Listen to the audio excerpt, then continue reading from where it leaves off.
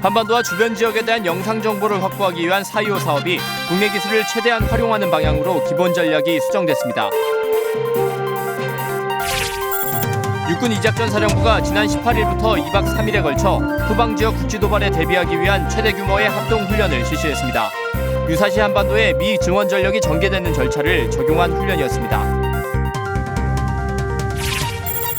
빈센트 브룩스 차기 주한미군 사령관 지명자가 미 상원 인준 청문회에서 한국에 해구산을 제공하지 않으면 한국은 스스로 핵무장하는 방안을 검토해야 한다면서 유사시 한반도 해구산 공약의 중요성을 강조했습니다. 시청자 여러분 그리고 장병 여러분 안녕하십니까? 국방뉴스를 전해드립니다.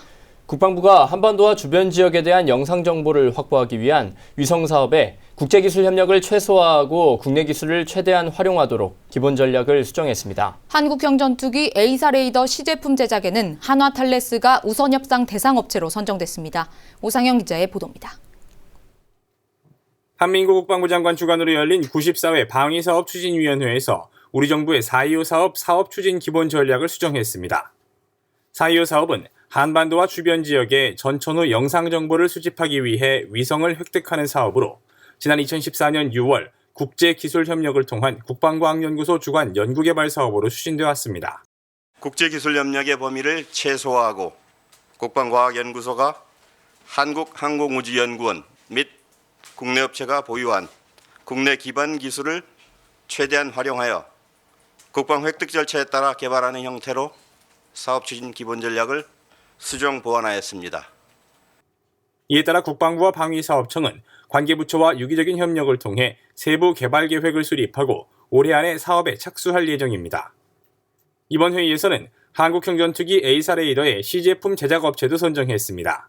국방과학연구소는 에이사 레이더 시제 제작 국내업체 선정을 위하여 지난 2월 공고를 통해 참여업체를 대상으로 4월 초에 기술 능력 평가와 비용 평가를 실시하여 한화 탈레스를 우선 협상 대상 업체로 선정하였습니다. 에이사 레이더는 능동 위상 배열 레이더로 동시에 여러 개의 표적을 탐지하고 추적해 교전할 수 있는 전투기의 핵심 센서입니다. 국가연은 우선 협상 대상 업체와 기술과 조건 등의 협상을 거쳐 오는 6월 중에 계약을 체결할 예정입니다. 90mm와 106mm 무반동총, 토우 등 기존 대전차 화기를 대체하는 현궁의 초도 생산 계획도 승인했습니다. 지난해 8월 개발이 완료돼 운용시험 평가를 통과한 현궁은 앞으로 7년 동안 육군의 전방부대와 해병대에 전력화될 예정입니다. 이번 회의에서는 이와 함께 2,800톤급 최신의 호위함 울산급 배치2 후속함 건조 사업과 차기 고속전 검독수리 B 배치1의 후속함 건조 사업, 약 3천억 원을 투자해 국내 연구 개발하는 전용 훈련함 체계 개발 사업안 등이 심의 의결됐습니다. 국방뉴스 오상현입니다. 육군 이작전 사령부가 사상 최대 규모의 국지도발 대비 훈련을 실시했습니다. 이번 훈련에선 유사시 미 증원 전력이 한반도에 전개되는 절차인 RSOI 개념이 처음으로 적용돼 육해 공군과 해병대의 합동작전 수행 절차를 숙달했습니다. 김지한 기자의 보도입니다. 육군 제2작전사령부가 서해상으로 침투한 가상의 적을 경멸하는 역대 최대 규모의 국지도발 대비 훈련을 실시했습니다.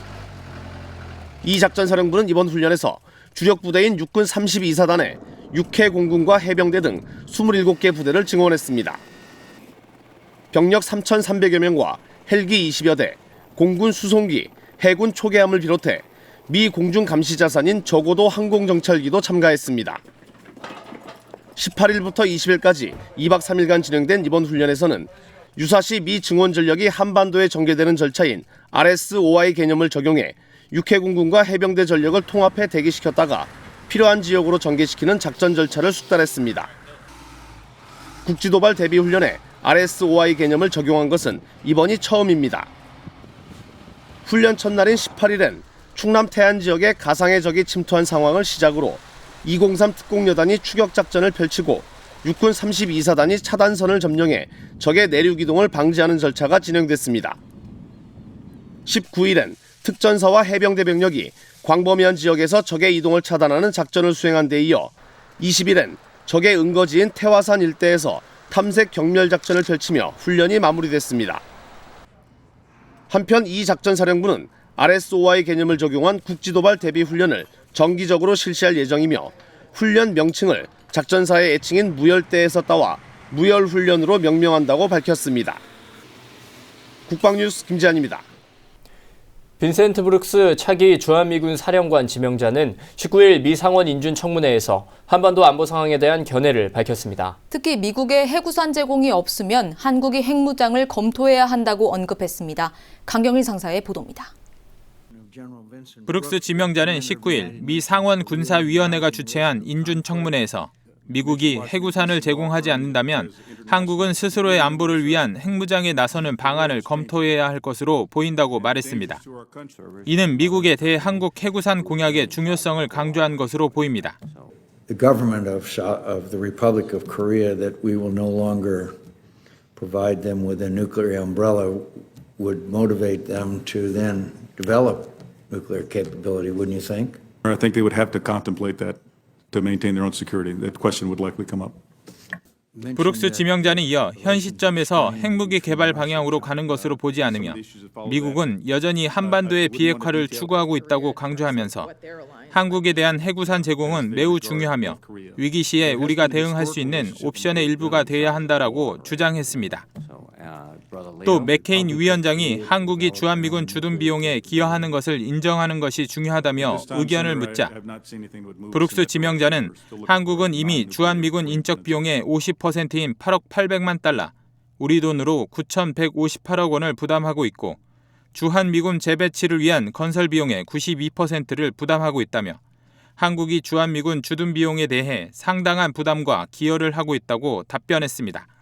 그는 군사적 차원에서 사드 배치가 중요하다면서 사드와 같은 상층 미사일 방어 체계가 한반도에 배치될 경우 북한의 미사일 위협에 대처하는 다층적 미사일 방어 체계를 구축하는 데 기여할 것이라고 강조했습니다. 그는 마지막으로 북한 김정은 정권에 대해서는 지속적인 도발 위협을 거론하면서 현재의 북한 정권 상황을 심각하게 보고 있으며 오늘 밤이라도 당장 싸울 준비 태세를 갖춘다는 각오로 한국과 함께 만반의 대비 태세를 갖춰나갈 것이라고 밝혔습니다. 국방뉴스 강경일입니다. 육군 공병학교가 고출력 전자파 방호 대책에 대한 정보 공유와 기술 교류를 공동 추진하기 위해 미래창조과학부 국립전파연구원과 업무 협약을 체결했습니다. 협약식에서는 공병학교장과 전파연구원장을 비롯한 주요 인사와 업무 담당자 등 관계자 20여 명이 참석했습니다. 양 기관은 업무 협약에 따라 고출력 전자파 시험 장비 공동 활용, 전자파 분야 기술 자료 공유 등 연구 협력과 전자파 분야 전문 인력 교류 등을 공동 추진하기로 했습니다. 고출력 전자파에 대한 방호 대책 관련 기술 기준 마련과 전문 인력 양성을 위해서도 손을 맞잡았습니다. 전자파 방호 대책 관련 연구 자료 지원과 기술 기준 마련을 위한 상호 자문, 관련 분야 상호 교육 지원 등의 협력을 지속해 나갈 계획입니다. 고출력 전자파란 모든 전자기기에 영구적인 손상을 일으켜 오동작 또는 기능 정지를 유발할 수 있는 새로운 전자기파 위협입니다. 이번 협약 체결로 군사 분야의 전자파 방호 대책 기술 증진에 우리 공병학교가 선도적 역할을 하게 될 것으로 확신합니다. 공병학교는 북한의 고출력 전자파 공격 위협이 증가되는 상황에서 체계적이고 실질적인 대응 방안을 구축하기 위해 더욱 노력해 나갈 계획입니다. 국방기술품질원이 국방 핵심 기술을 공모하는 설명회를 개최했습니다. 산학연 관계자와 전문가들이 참석해 핵심 기술 개발에 많은 관심을 드러냈습니다. 윤현수 기자의 보도입니다. 방위사업청과 국방기술품질원이 주최한 국방 핵심 기술 공모 설명회. 행사에 참석한 산학연 관계자들이 사업 설명에 귀를 기울입니다. 국방 핵심 기술 사업은 첨단 기술을 개발하기 위해 3,200억 원의 예산이 투입되는 사업. 올해는 특히 감시정찰 센서 기술과 정밀 타격 기술, 방호 기술, 무인화 기술 등 4가지 분야에 중점 투자됩니다. 공모를 통해 기획된 과제는 우선순위에 따라 연차적으로 기술 개발에 착수하게 됩니다. 방사청은 민간의 우수한 기술을 국방 분야에 접목하기 위해 참여를 독려하고 기품원은 매년 신규 기술 개발 과제를 기획하는 데 노력하고 있습니다.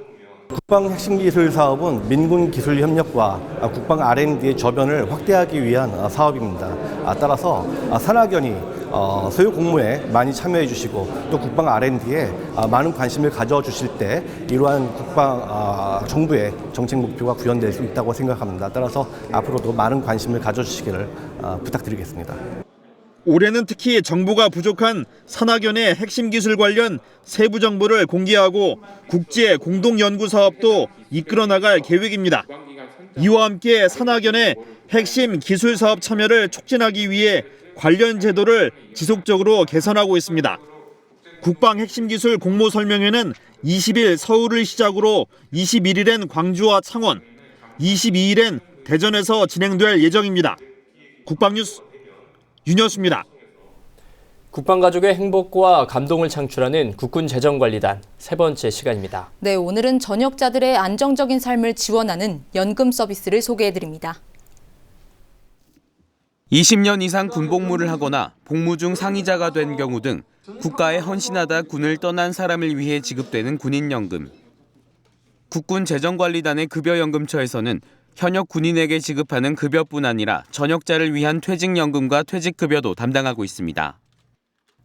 작년 기준으로 군인연금은 8만 2천 명에게 2조 2,409억 원이 지급됐고 퇴직급여는 4,854명에게 1,214억 원이 지급됐습니다. 그 밖에도 수급권자의 자격 여부를 심사하고 군인연금과 관련된 민원을 해결하며 재해보상급여 등을 지급하는 것 또한 급여연금처의 임무입니다. 최근 국군재정관리단의 연금 업무는 찾아가는 서비스를 제공하면서 만족도가 부쩍 높아졌습니다. 대표적으로 국군재정관리단은 연금 수급 대상자들의 군인연금에 대한 이해를 돕기 위해 국방전직교육원에서 연금법 교육을 매월 2차례 실시하고 있습니다. 연금 지급이 정지되거나 삭감되는 경우를 비롯해 유족연금의 지급 범위, 연금에 대한 과세 등 대상자들이 궁금해할 만한 점들을 알려줘 반응도 뜨겁습니다. 이번 교육을 받으면서 새로운 것들을 알게 됐고 많이 도움이 되었습니다. 특히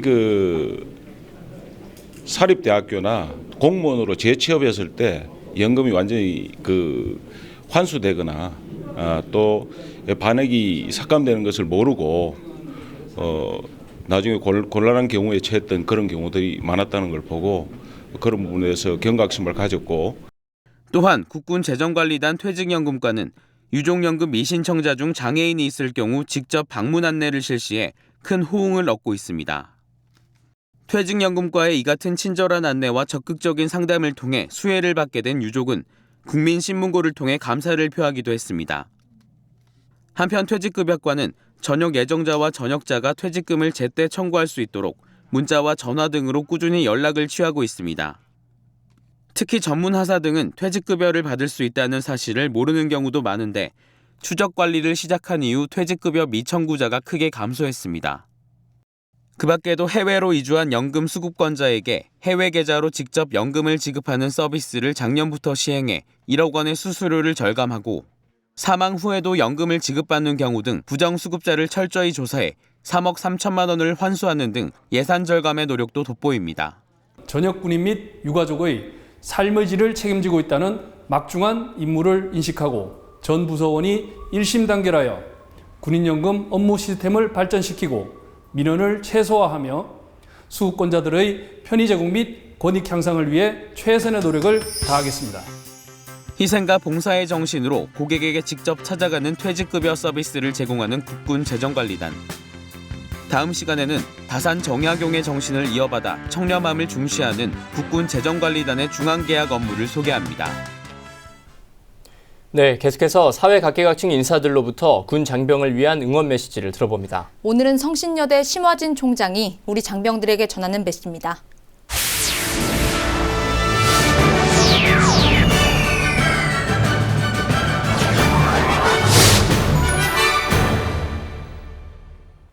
자랑스러운 국군 장병 여러분, 안녕하세요. 성신여자대학교 심화진 총장입니다. 매서웠던 겨울 한파와 꽃샘 추위마저 지나가고 비로소 봄의 기운이 생동하고 있습니다. 대한민국이 봄을 즐길 수 있는 것은 모든 장병 여러분들이 굳건히 나라를 지켜주시는 덕분입니다. 묵묵하게 맡은 바 임무를 다해주시고 계신 장병 여러분들의 노고에 국민의 한 사람으로서 또 성신의 구성원을 대표하여 진심으로 감사드립니다. 북한은 끊임없는 도발로 한반도의 평화와 안정에 위협을 가하고 있으며 그 강도는 날이 갈수록 심해지고 있습니다. 이럴 때일수록 국가에서 필요한 것은 누구도 무시하지 못할 강한 국방력이며 장병 여러분들이 바로 그 중심에 있는 것입니다. 매일같이 북한에서 도발을 해와도 국민이 안심하고 생업에 종사할 수 있는 것은 장병 여러분의 희생과 헌신 덕분이라는 것을 잘 알고 있습니다. 위국 헌신의 신념을 가슴에 품은 여러분들은 앞으로 우리나라를 이끌어갈 자랑스러운 인재들입니다. 장병 여러분, 힘들고 어려우시더라도 나라를 잘 지켜주실 것을 부탁드립니다. 저 역시 대학 총장으로서 주어진 역할에 충실하며 이 나라를 더욱 발전하도록 노력하겠습니다. 다시 한번 장병 여러분의 노고에 깊이 감사드리며 여러분들의 건강과 행복을 기원합니다. 화이팅! 다음은 국방 게시판입니다. 병무청이 4월 25일부터 징병검사 과정 실시간 안내 서비스를 시행합니다. 서비스는 휴대폰 앱이나 병무청 홈페이지를 통해 제공되며 징병검사 검사 내용과 소요시간 등을 실시간으로 확인할 수 있습니다. 해군 특수전 전단이 육해공군 장병을 대상으로 특수전 기본과정 실무장병을 모집합니다. 5월 20일까지 지원 가능하며 자세한 사항은 해군 특수전 전단으로 문의하시기 바랍니다. 공군본부가 공군 전 장병과 군무원을 대상으로 우수도 구감 선발대회를 개최합니다. 5월 13일까지 각 부대로 지원 가능하며 자세한 사항은 공군본부 인트라넷 공지사항을 참고하시기 바랍니다. 육군본부가 예비역 중소령을 대상으로 1군단과 3군단의 교육훈련 전문 평가관을 선발합니다. 5월 2일까지 우편 또는 방문 접수 가능하며 자세한 사항은 육군 취업지원센터로 문의하시기 바랍니다. 앞서 육군 이작전사령부의 최대 규모로 펼쳐진 국지도발 대비훈련 소식 전해드렸는데요. 우리 군은 언제 어디서 적이 도발하더라도 초전에 제압할 수 있는 만반의 대비태세를 갖추고 있습니다. 국방뉴스를 마칩니다. 시청해주신 여러분 고맙습니다.